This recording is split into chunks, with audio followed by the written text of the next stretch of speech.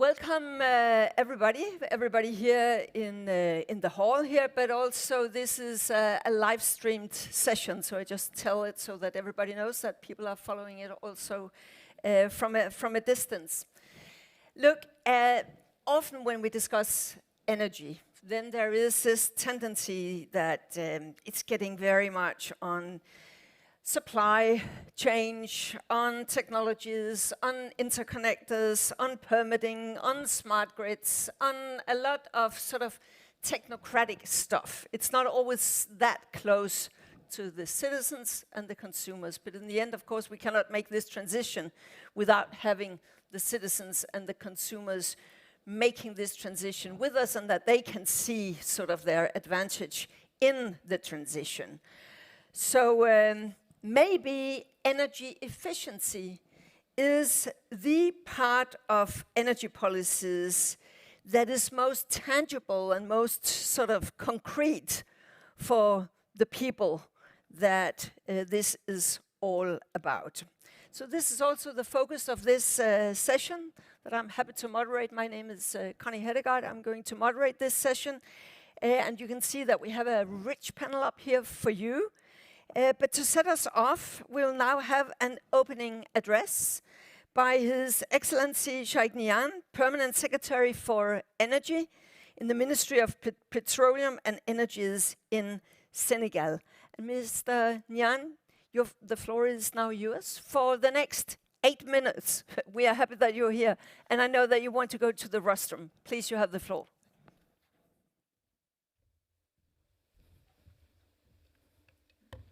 Thank you very much. It's my great pleasure to be here today. Honorable ministers, honorable participants, distinguished delegates, and ladies and gentlemen. It's my great pleasure to participate today to this international conference on energy efficiency. And I'm very honored to be here with a high-level delegation from Senegal. I'm here with the technical advisor of the minister, and also with the director of electricity, the managing director of the National Energy Efficiency Agency, and his technical director. So we meet just to show that this conference is very important for Senegal. That's why we mandate a high-level delegation to be here today. And so also, I would like to convey the greetings from our minister, Mrs. Aïssatou Sophie Gladima, who mandated us to come here today to represent Senegal, and also to the Danish government and also the International Energy Agency for inviting the Senegalese delegation to this important conference. Ladies and gentlemen, from Senegal, in Senegal, as everywhere in Africa, the energy sector is characterized by growing consumption needs, and for electricity, hydrocarbon, and all the others electricity need and energy needs. So this sector remained very fragile in African countries. So with the exception of few, due to heavy dependence of the import of petroleum and petroleum products, but also the instability noted in the electricity subsector, which is very strategic to achieve economic and social development impact. This is in addition to the problem of electricity cost also, which is very high, mainly due to a thermal electricity production based on HFO in most of our countries. With this situation and environmental issues, solutions are developing as much as on the offer side.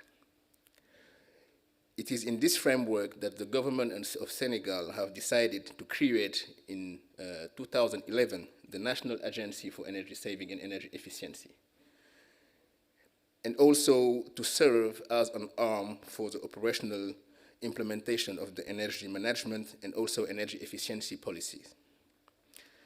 Its creation comes from a long process after several studies done by the biggest international cabinets, which has made it possible to highlight a significant energy saving potential around 43% in affecting different areas. In this strength, this observation has been done by His Excellency the President Macky Sall, President of Senegal, to choose energy efficiencies as means of propelling our country energy systems and also making it more efficient, because as you may know, we don't have 100% access to electricity. So in the urban area where we have access to electricity, we need to have a proper law and a proper framework to enable people to reduce their consumption and also to take this energy savings and to finance in a rural area. So among these achievements in terms of energy efficiency in Senegal, we can give different examples of the reduction of the public electricity bill, for example, because in most of our administration bills, there was no policy in terms of reduction of the consumption. And with this agency, we was able to reduce for more than 10 million euros in the first year the bill of the electricity in the administration area. So this savings also enable to finance, for example, projects in a rural area to enable people to have access to electricity. So energy consumption is also a vector to finance relevant projects in a rural area. In another hand, in terms of lighting, for example, Senegal has put in place a decree to prohibit the import, the use, and marketing of the incandescent lights since more than 10 years. The distribution of energy savings lightings in the administration and also household has resulted to save around 100 gigawatt hour of energy saving, which is also saving around 15 million euros of financial saving. Also, in the same times, the national agency has implemented a relevant laboratory for testing the conformity of imported lights to international standard that was installed this year.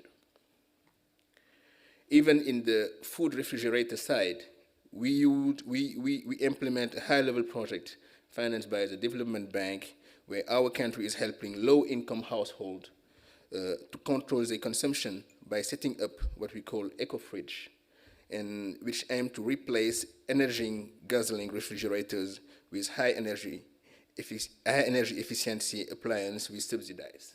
So we subsidize it to the most poor people, also to communicate and to sensitize in the importance on energy saving. Even also in the infrastructure, in the mobility sector, in the last months, the government of Senegal has implemented a high-level project in order to reduce the consumption of energy due to the transportation, public transportation, by having regional transport express that was inaugurated in December 2021, which is one of the famous in West Africa that we took from the French government, and which is doing mass transport system for around 115,000 passengers per day. So this is reducing hugely the energy consumption in the transportation, mainly in the public transportation, where people was using bus that was using gas oil. In another hand, another mass transport that we call fast transit bus is also under implementation, and this one will enable to transport 300,000 passengers per day. We just to recall, in Dakar, which is the biggest city in Senegal in terms of population, we have around 3 million people living in Dakar. And if we succeed to have around 1 million that use efficient energy for transportation, so this will drastically reduce the consumption of energy in the city. Also, to increase awareness of energy saving, we have set up a local information points in all the regions of Senegal. So the national agency implements in all the regions of Senegal a focal point to communicate with population, to educate, and to sensitize about energy saving, the importance of energy saving. Other projects and programs in the energy efficiency sector have been identified with a minimum financing of 200 million euros. In addition, with the regional cooperation, because we are in the West African Economic Monetary Union, we have different directives of energy labeling of appliance, and the energy performance of building are being transposed by the Senegalese government. In Senegal in general, ladies and gentlemen, we are aware about the importance of energy efficiency. Since more than 10 years, the government have implemented different laws, decrees to promote, and also with the national agency, we have now a strong strong company and strong agency now, which is promoting and also implementing high-level projects in terms of energy efficiencies. Because in our countries, like I was saying, we have 76 percentage for access to electricity in the whole country. In the rural area, is 55%. So this energy saving should be a vector to finance all the projects that we have in terms of access to electricity. Because we cannot say to someone in a rural area that don't have access to electricity to do energy saving, because he don't have access to electricity. So we have this challenge of electrifying the whole country. And this will be by implementing high-level projects in terms of electricity, but also energy saving in the urban area where we also have access to electricity, more than almost 100%. And so these savings will continue to promote and to finance in the rural area. Ladies and gentlemen, despite government reforms and initiatives, the levels of achievement are below the target set. This is why the International Conference on Energy Efficiency will give us the opportunity to see best practices and innovations in energy efficiency, and also to build win-win partnerships with all the participants here.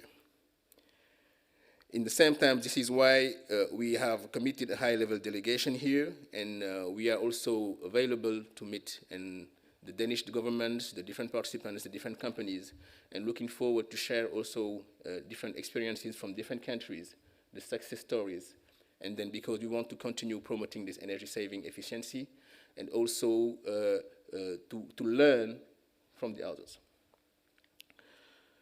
We are continuing the good cooperation in implementing high-level achievement for the interest of all the population. And to finish this speech, I will finish it with this tremendous sentence that I saw yesterday, and I think that we all should focus on, is that the greenest energy is the energy we don't use. Thank you very much for your kind attention.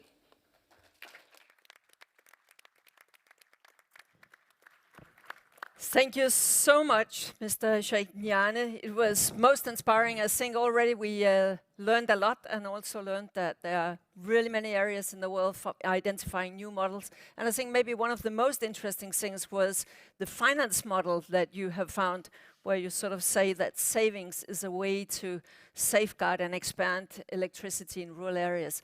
Thank you so much, and thank you for being here with your very, very strong delegation. We hope you will have a rewarding stay. Thank you, Minister.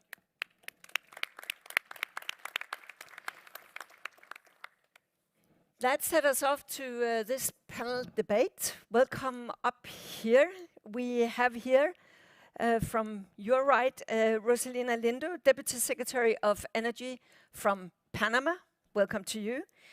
And next to me here, Matt O'Keefe, head of, is it Zero Power or O Power? Oh. I just wondered, it may have been Zero Power, but Oracle Utilities, welcome, good that you're here. And next here to my right is Paula Glover, President, Alliance to Save Energy. And then we have Niels Fuglsang, who is a member of the European Parliament for the Social Democratic Party, and also a special rapporteur on exactly the Directive on Energy Efficiency. Welcome, Niels Fuglsang. And finally here we have Paula Pinu, Director from DG Energy in the European Commission. And I think, Paula, you are not only responsible for energy efficiency, Director for Just Transition, Consumers, Energy Efficiency, and Innovation. So that's quite a portfolio. We're all glad that you're here. So first, our panelists up here will have 3 minutes to try to sort of answer a first somewhat broader question. But I think that many of us have been maybe a bit puzzled that, of course, when we get to a conference like this, energy efficiency is all over. But often, energy efficiency is not what takes up most of the agenda when energy is being discussed. However, also where energy poverty is a crucial topic, one would assume that a more efficient use of energy should be center stage, just like we also heard from the example of Senegal. So therefore, before we sort of come to the challenges, I would like to hear from our panelists here, if you could give us some example of how, in your experience, energy efficiency is helping consumers, be it in households or companies, and what your organization have done to advance energy efficiency to deliver these benefits. Would you please start? Thank you, and I love to be here with all of you. For me, it's a great opportunity to share that for Panama, like just an inclusive energy transition shall and must have anchored energy efficiency. And as I see so many energy efficiency lovers, I have also to share with you that for us in Panama, energy efficiency is not only measured, but also a set of policies that really are helping us to build upon a change of the way of living in Panama. And when you add energy policies, energy measures, energy efficiency measures, plus an inclusion and gender focus, and you put that into a coherent substratum, then you are going to find those changes that our economy is needing right now. And for us in Panama, and I have to think that maybe worldwide, when the pandemic times appear, the resource that not only the government but the private sector and the people in their homes use as a tool to survive, to save money and make a better way of putting their efforts and activities to work within their homes was energy efficiency. And that's why during the pandemic, Panama developed not only a national energy transition agenda, but also we invest more than 10,000 hours working with the private sector, working with civil society and different NGOs in order to define a national energy efficiency strategy that was approved last week, and where, I'm celebrating that, and where when you see not only how you define and locate the ways to foment the investment on it, but also that you really understand what is the consumer thinking and hoping to have from efficiency, not only saving, but also how they can accommodate better their way of living, was a wonderful surprise for us. And I will share later on how do we make that. But this national energy transition strategy that have efficiency on its core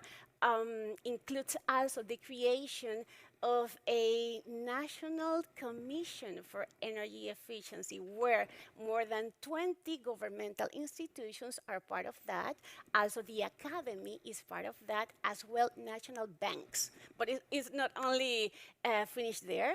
This commission also has sent an invitation for the population, for the consumers, and the private sector, that anybody that is willing to work with us in the implementation and the facilitation of the 42 lines of actions that we define in this strategy is welcome. And therefore, we have set a goal. We are looking forward to reduce the 15% of electricity consumption in 2030, and also we are looking forward as well to enhance the right now working energy efficiency fund that in this moment people in Panama is working in transform this energy efficiency fund into an energy transition fund in order not to work just only energy efficiency as a window. We want to work energy efficiency as a whole part of our energy transition agenda. I will leave it there, and then I continue talking about it. Thank you so much. So setting targets, minus 15% for 2030 in electricity consumption, and an energy transition fund, two specific examples. Madakif, what is the best example from your organization? Yeah, thank you so much. And I have to say that I'm so humbled and inspired by the first part of today, and that plenary made so clear why this is more urgent than ever. And having been in rooms like this for more than a decade, being focused on energy efficiency is just such a relief. I am so thrilled to give some examples to you. I'm from OPower. We're the pioneer in behavioral energy efficiency and behavioral science applied to demand response as well. And we've been doing this work for about 15 years in about 20 countries around the world. And by the work, I mean taking behavioral science and launching programs that provide personalized engagement to consumers at the household level.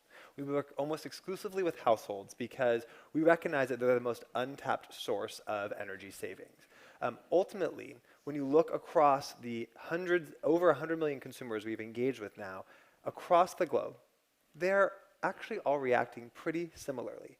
No matter the price structure, the culture of the community, or the history of engagement and energy efficiency, everyone has slack that they can actually pull back on and decrease their consumption.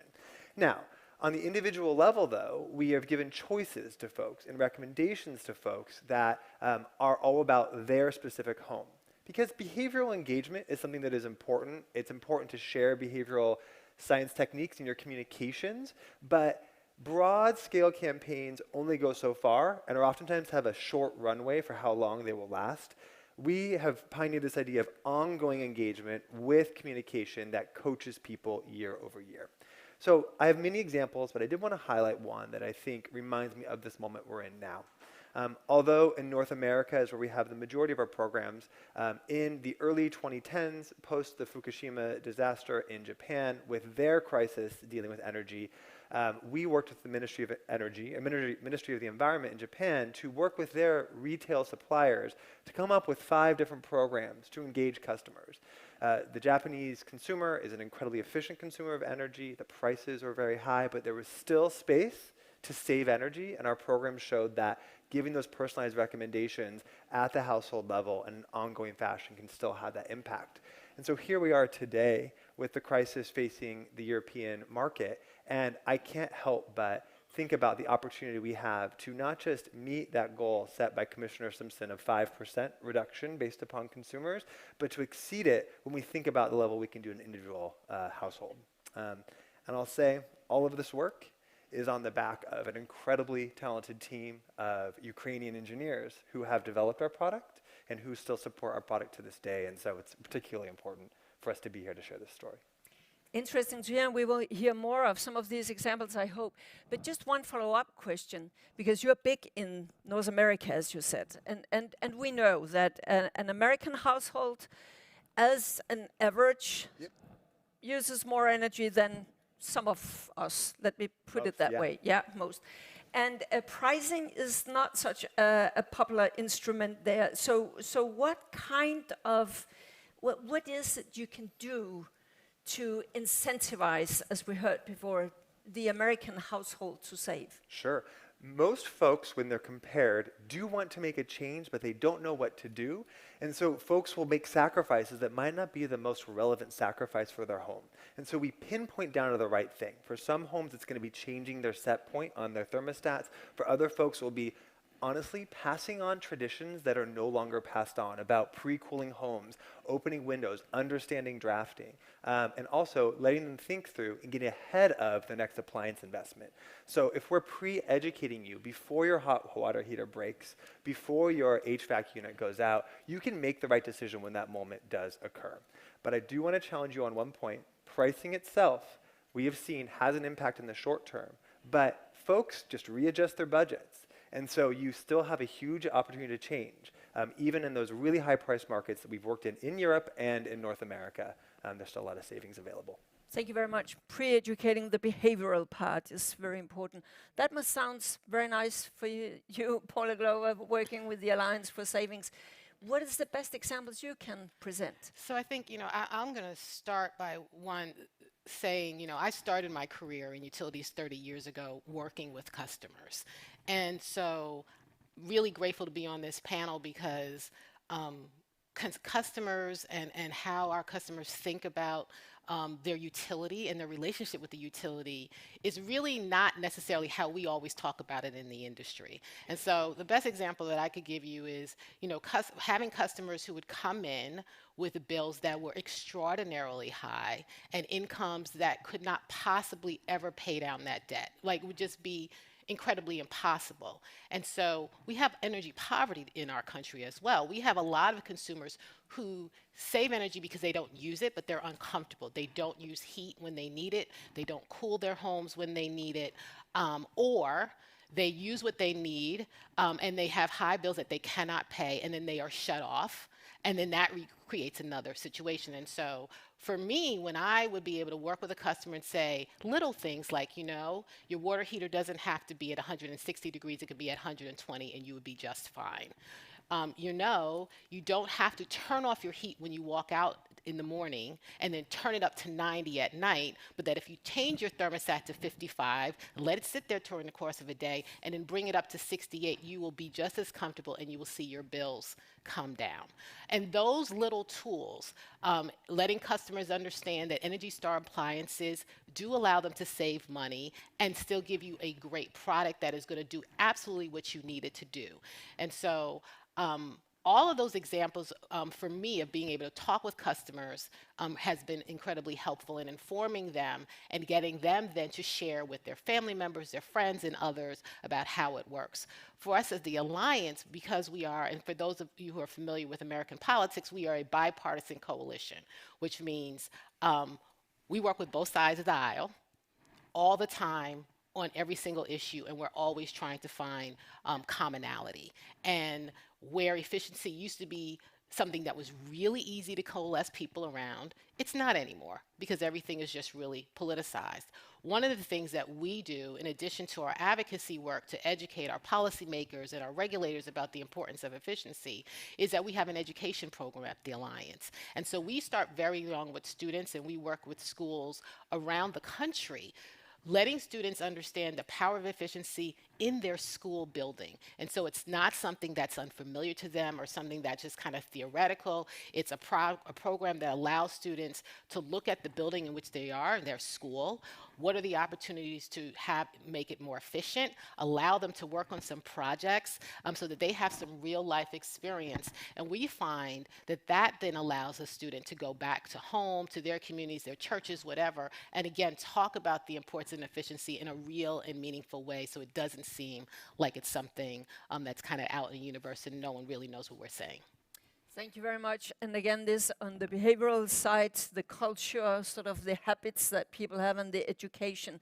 Niels Fuglsang, you are sort of working on regulation, some of the strong tools one could argue. What is sort of the best example you can come up with, the most efficient thing to do when it's about energy efficiency? Well, thank you, Connie, and thank you for giving me the floor here in this panel. Feel privileged to be here. I think when we make legislation right now in the European Union, I'm the rapporteur, the lead negotiator, as you said, on the new directive for energy efficiency.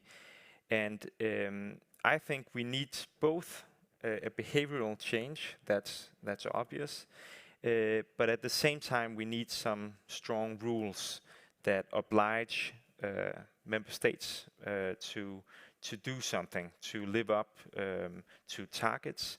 We are right now setting targets for how much energy should be saved the coming years towards 2030.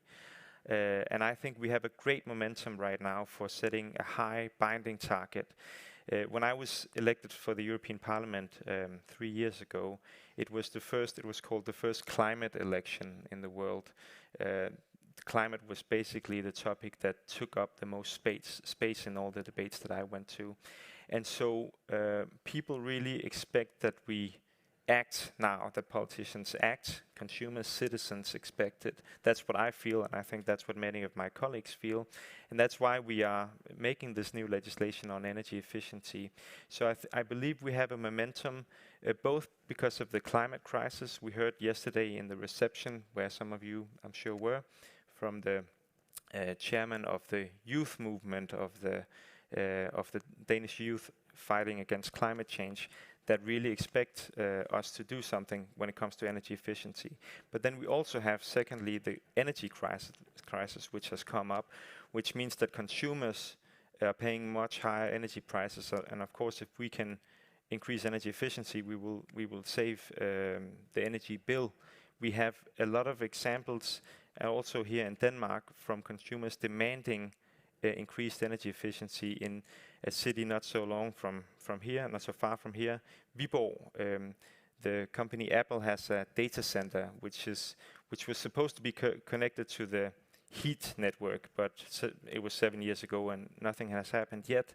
And people, there's been a lively debate that people are actually angry that they're paying higher energy bills and all this excess heat from the data center is just being wasted, and they want to increase energy efficiency because they want to also pay less in their energy bills. And lastly, the third thing, the security crisis with Russia's aggression against Ukraine. I think that many people feel a moral obligation to stop funding Putin's aggression against Ukraine by importing less of his oil and his gas. I saw a survey that four out of 10 Danes have changed their energy behavior, turned down the thermostats, driving slower and so on since the war in Ukraine. And so I think all of these three things, the climate, the energy and the security crisis, they give us a momentum for really legislating and putting up some high binding target, and that's what we should do now. Paolo Pigno, the Commission, of course, has presented its Repower Europe, and now Niels Fuglsang says that there is a great momentum. But we have had energy dependency from Russia for a very long time, and we have had economic crisis before, and yet it was difficult to have sort of real binding energy efficiency targets. Where do you see, or would you agree that there is now momentum for a stronger focus on energy efficiency, seen from your perspective in the European Commission? Thank you, and really a pleasure to be here with all of you today, and very inspiring witnessing here. Definitely, and I'll take it from where Niels left it. How come that really we have, if we want, three crises, the climate crisis, energy prices crisis, energy security, to all of them, what is a key answer? Thank you. It is energy efficiency, and yet it does seem that we still have to wake up to this reality. Now, the Commission has come up with the Repower EU plan, which on the one hand addresses the supply side, and it's about finding alternative sources of energy, alternative suppliers of gas, because we want to get rid of fossil fuel imports, and in particular from Russia, and there goes a lot into supply. But then we cannot neglect, and there's a lot also on the demand side. And that's where all of us come in. And I think it has been, we have to admit, a bit of a comfortable position that, well, this is up to the policymakers, the politicians to rule, and energy efficiency, it's not very clear to me what it means. Whereas it really comes down, and I think now more than ever it's becoming clear, it's what you and I do every single day, and we can contribute with very single baby steps, which at the end of the day make a huge difference. And I think the society at large is waking up for this incredible power that we have as consumers of energy to really change the dynamic, to really change, make a huge change in terms of what kind of energy we consume and what type of energy and how we consume it.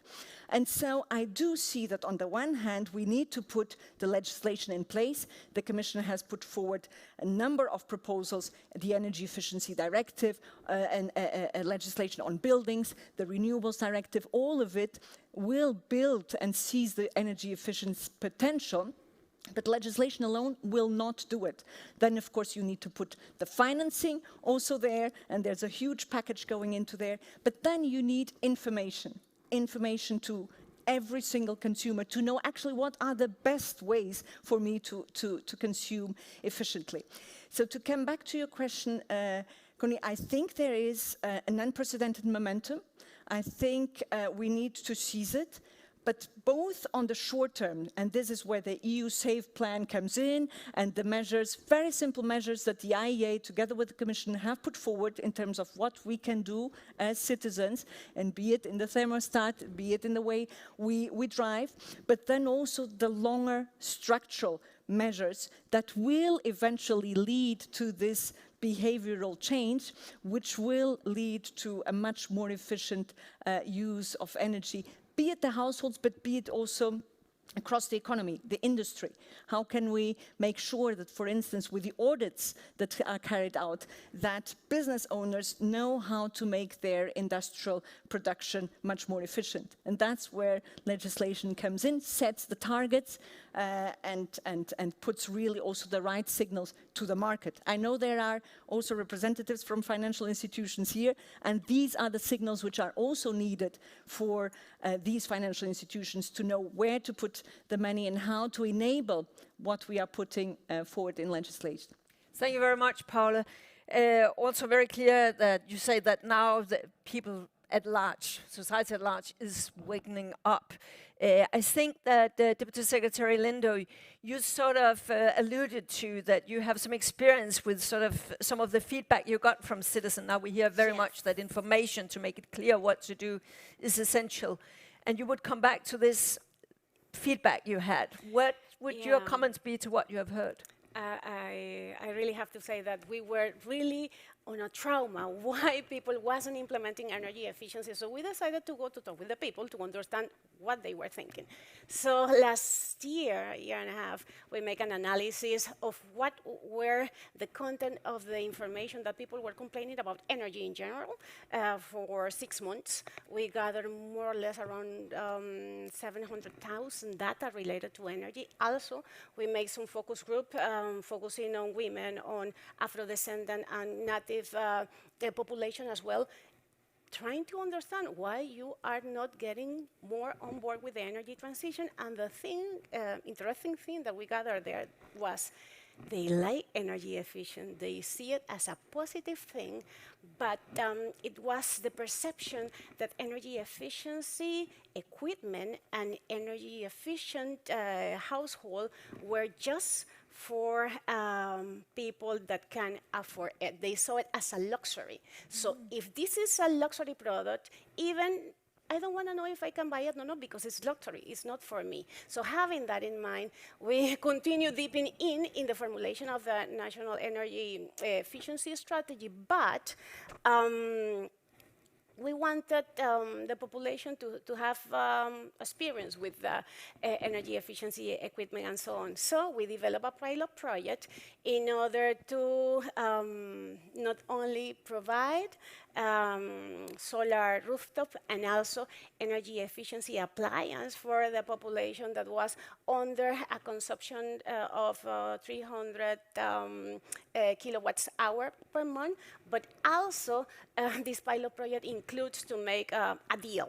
We will provide you this, but only if you decide to quit your subsidies for the electricity. In that way, we are fomenting the energy efficiency use and also getting the reduction of the money that the government is investing for subsidizing the electricity. But also, for us, it is very important to highlight that energy efficiency is a great option to finance other things that we are doing in the energy transition. As an example, the government right now have 188 municipalities that are implementing energy efficiency measures, including different governmental institutions. The savings of those energy efficiency plans that are more or less around $20 million per year are going directly to fund the universal access to energy gap.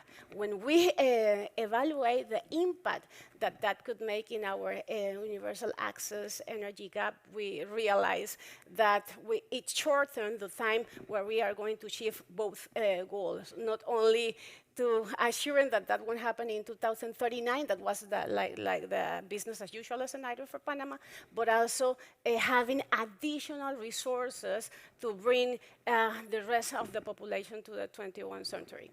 Okay. Keith, this is interesting. This is about sort of stopping subsidizing for electricity and sort of turn some of the financial incentives around. During the crisis now, many governments have sort of looked to how can they compensate consumers for the increasing bills. Maybe it would be wiser to give away thermostats or whatever instead to turn around this incentive structure. Yeah, I will say that one of my biggest fears right now is we'll have near-term citizen-driven conservation, but that will not result in the long-term efficiency we need, right? Because folks are in the middle of a crisis, they recognize that. I do believe that they will do the right thing. But how do we transition this into the long run? And how do we do that while also maintaining legitimacy? Us up here get to think about this every day, but if we're going to raise prices to where they naturally would be, or going to continue to ask people to conserve, at some point folks will have had too much. So I believe that if we're empowering people with that information ongoing, they can make their own choices. They would recognize their sacrifice as a choice, not being forced upon them, and the prices will not get to a point where they actually feel penalized for otherwise not acting. And so this balance is incredibly hard to deal with. And the thermostats are a great example of something that could work. But there are hundreds of millions of households that won't work well in, or where the majority of their, or a big proportion of their consumption is not necessarily driven by their heating or air conditioning. There are other sources there. So the good news is we need to do that all. And subsidies are incredibly powerful, but we got to make sure we're also using that to get folks prepared for the time when there will no longer be a subsidy. Yeah, Paula Glower, what is the biggest obstacles as you see it?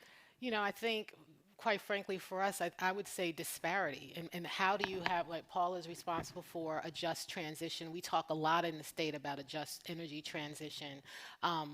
If we don't address the disparity that exists, you can't really transition in a just way.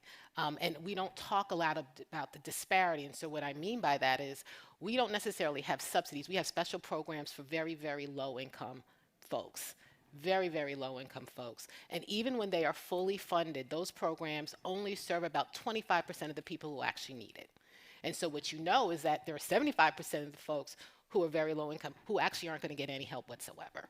And so how do we address that disparity? We also have an enormous housing disparity. And so we at the Alliance talk about active efficiency, which is the digitization, right? How do you use technology, smart meters, you know, batteries, battery storage in your home, all these kinds of technologies that would allow us to have demand response and better control the grid. But we have a lot of households who do not have passive efficiency. That means they don't have efficient windows, doors, insulation, all those kinds of basics. And so the biggest challenge in my mind is we've got to figure out how do we get all households to be at baseline, at foundational, and then can we move them to new technology?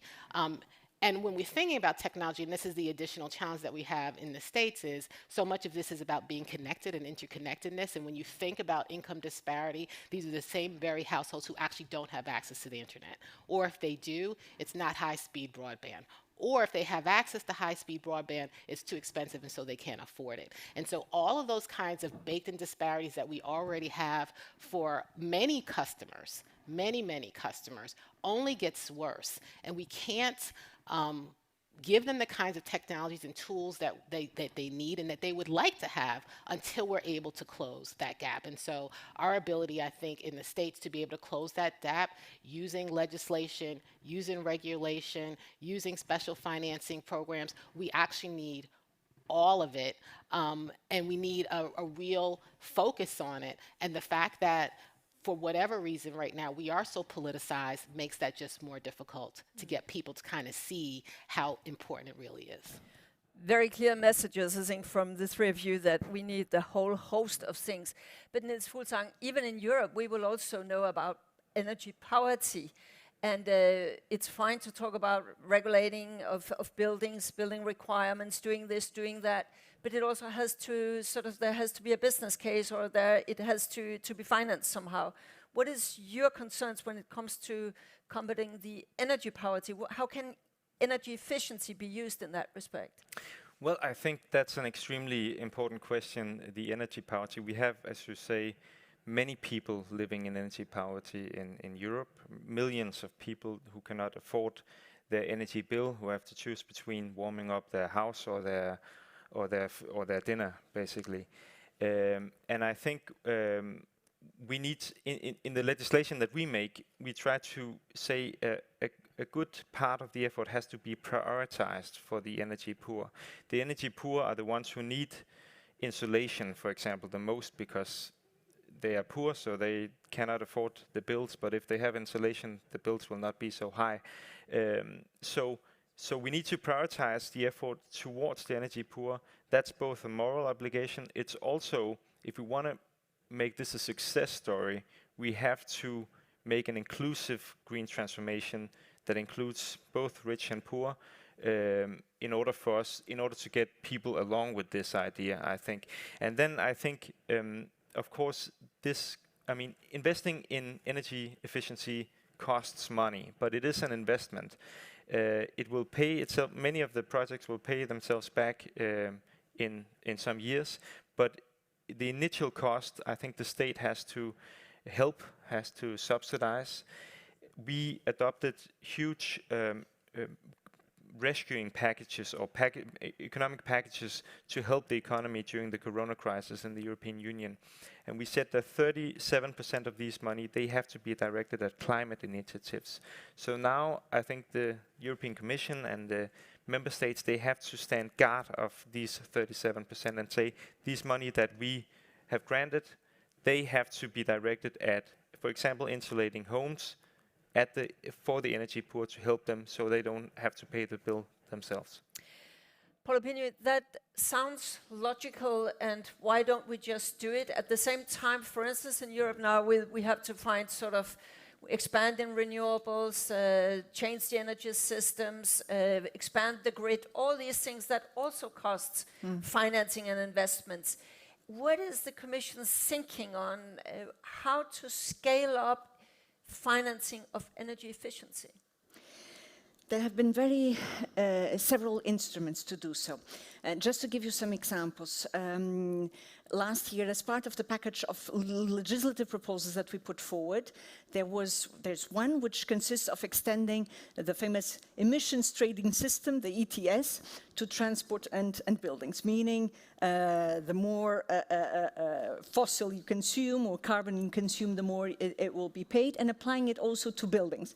But we said, if this is going to be the way, then we need to make sure that the revenues stemming from such mechanism will have to revert to energy efficiency investments, to building renovations. And it's clearly foreseen in the proposal, and it's being now discussed. It's in the hands of the European Parliament, of the Council, but a clear signal that we need to not just collect such revenues, but then reinvest them where they have to go, in order to make sure that everyone can benefit from the transition, and it's not just the ones which are better off. Another example, Niels mentioned already, the recovery and resilience plans, where at the moment we see that around 64 billion of the funds which are there as part of the recovery and resilience plans have been committed by member states to energy efficiency and renovation. A lot of it will go into public buildings, but not only.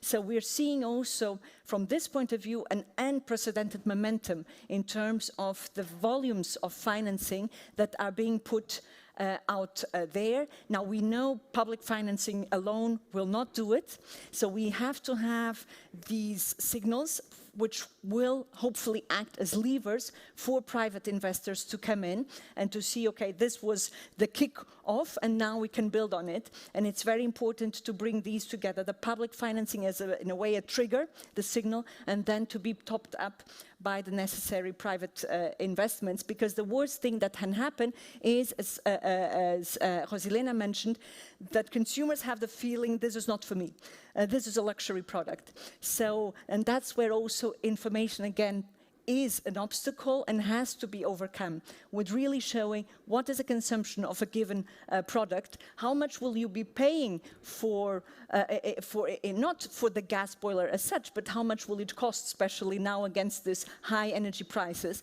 and if you were to buy a more energy efficient, how could you actually gain? But this is not obvious. You need to provide this information.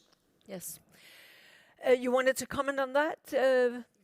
Exactly, and I love what you said, because after that evaluation, we also figured out that, and really it's hard for me to say, when we evaluated, women felt like they were able to take the decision to buy toaster, to buy something small that consumes energy, but related to air conditioning or a big TV or a freezer, they said, no, this is a decision that my husband is making, that my father is making, that my brother is making. So we were really shocked with that information. We took that problem in our hands and decided to prepare a program that was focused specifically on women losing their fear to open the energy bill, starting with that, to understand what was in the energy bill, but also to see and compare it, and make the comparison between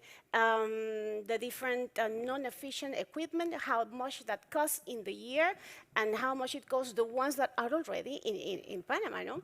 So we decided to make a massive a sensitization on that in commercial centers. As in Panama is so hot, people like to go to spend their evening in the commercial centers in order to be with their family and eat and so on. So we had invest like 8 days sequentially talking about it, and was amazing to see the result. We had not only women there, but also children, and also their husbands were there too, learning and losing the fear of the energy bill. But for me, the most amazing thing was to see when they opened their eyes and saw there is not a monster on energy efficiency. This is my friend. So we will continue doing that for the whole year in the whole country in order to foment what this type of behavior that have to change. But also, after this analysis, we gathered that people, when do they have access to efficient things, they like to use it more. So the time of the consumption of electricity also increased, and then they see, but my energy bill is the same, but your behavior also changed. And people sometimes is not aware about the importance of having a control of the use of the equipments. Fascinating.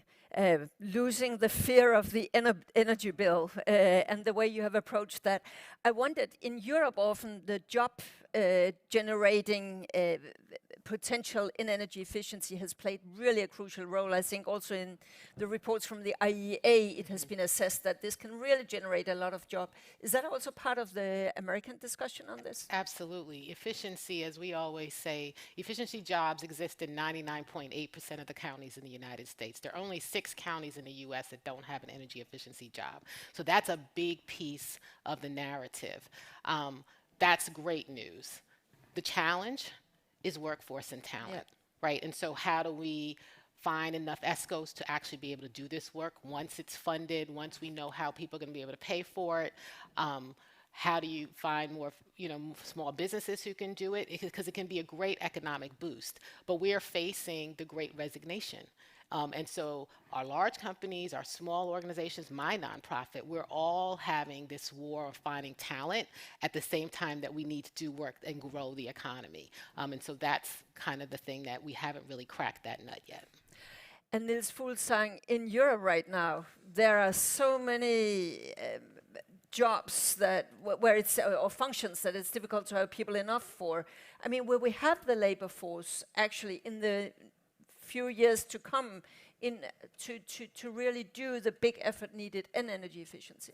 To be honest, Connie, I think that's one of the biggest concerns of mine. I hear everywhere that we lack the labor force. If you look at this country, I think it's very difficult to find somebody to help you with renovating your house, increasing energy efficiency. And right now we also have inflation in much of Europe, in all over Europe.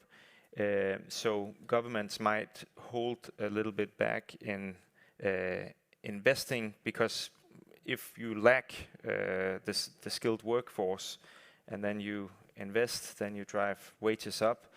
And so I think that is a huge problem. And I think member states, that's not competency of the European Union, that's competency of the countries of the European Union, the governments.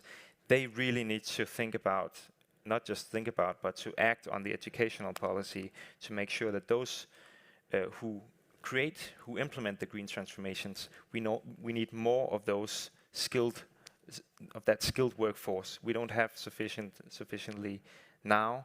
So I think that will be a major that should be a major priority, and it is a fear of mine that we're certainly not there yet. You must have that as a daily concern, being sort of in a very big utility company. Yes, absolutely. But I also get nervous about how much we need to happen now with the built environment changes and the installation of these new appliances.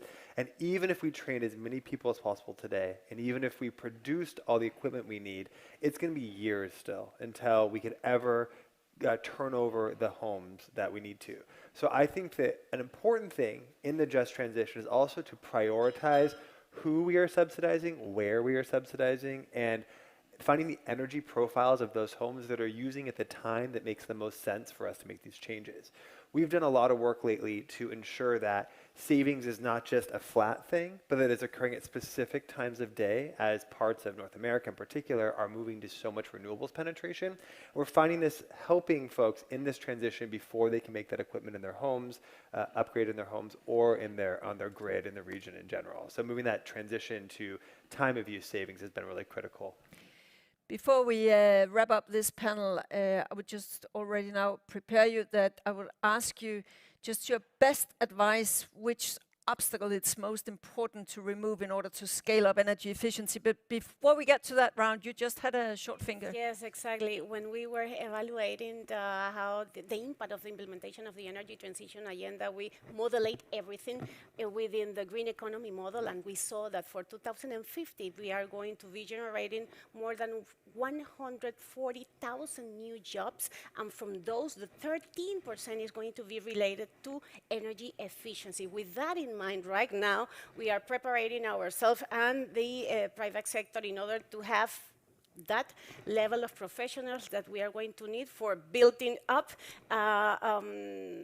energy efficiency era, but also we are certifying people, certifying the companies, and also we are assigning the reactivation of the economy part of the energy efficiency measures, because with the implementation of the energy efficiency plans for the government, you need to hire the private sector that we are building up to have the capacities and to generate a movement, a positive movement in the economy. That's what I wanted to say.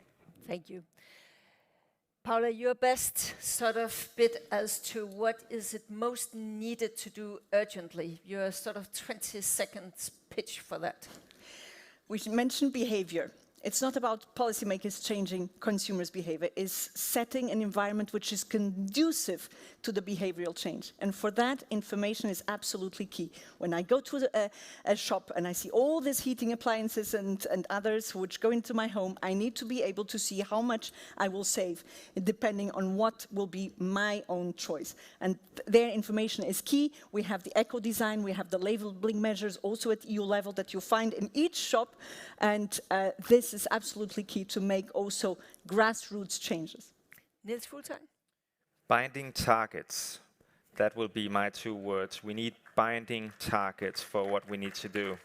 The citizens have sent a clear signal to the politicians that this needs to be prioritized. The politicians need to act now and adopt binding legislation on how much we need to increase energy efficiency.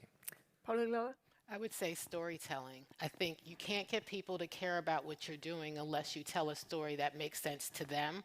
And we've got to do a much better job of telling the story. And it's a lot of stories. It's not one story. It's not just a climate story. It's not just an energy justice story. It's not just an economic empowerment story, but storytelling, meeting people where they are, and telling the kinds of stories that make them care about what you're doing, because what you're doing impacts what they need. Storytelling. Matt? When we're thinking about behavior, you have to design for how people actually behave, not how they tell you they're going to behave, or not how your regulation implies they're going to behave, but go back and assess, is this actually what they're doing? Even with the right information, always check back to see if they're actually following through on what they say they will. And Rosalina? decodifying energy efficiency communication. I guess all of us, we have the tools, we have the means, we have the resource, are there, but the final user doesn't feel appeal to the information that we are providing. And it's very important to understand who is the target of all the policies and mechanisms that we are preparing to, and adjust our language to that. Excellent. How disciplined you were. In 20 seconds, we had sort of a roundup of everything that has been said here, more or less, but very clear sort of targets. The behavior has been mentioned time and again, and storytelling, as was mentioned here. The transparency, the visibility, so that it's easy for people to make the informed choices. The financing models plays quite a role. We have also been circling around that, as does sort of the fact whether we have the skills and the workforce, and then, as it was mentioned, data and collecting data, not just wanting something, but knowing what are they actually doing, plus information, information, information. So that actually concludes our panel. Thank you very much all for attending. I hope you will join in sending them a round of applause before everybody is heading for lunch. Thank you very much to our panel.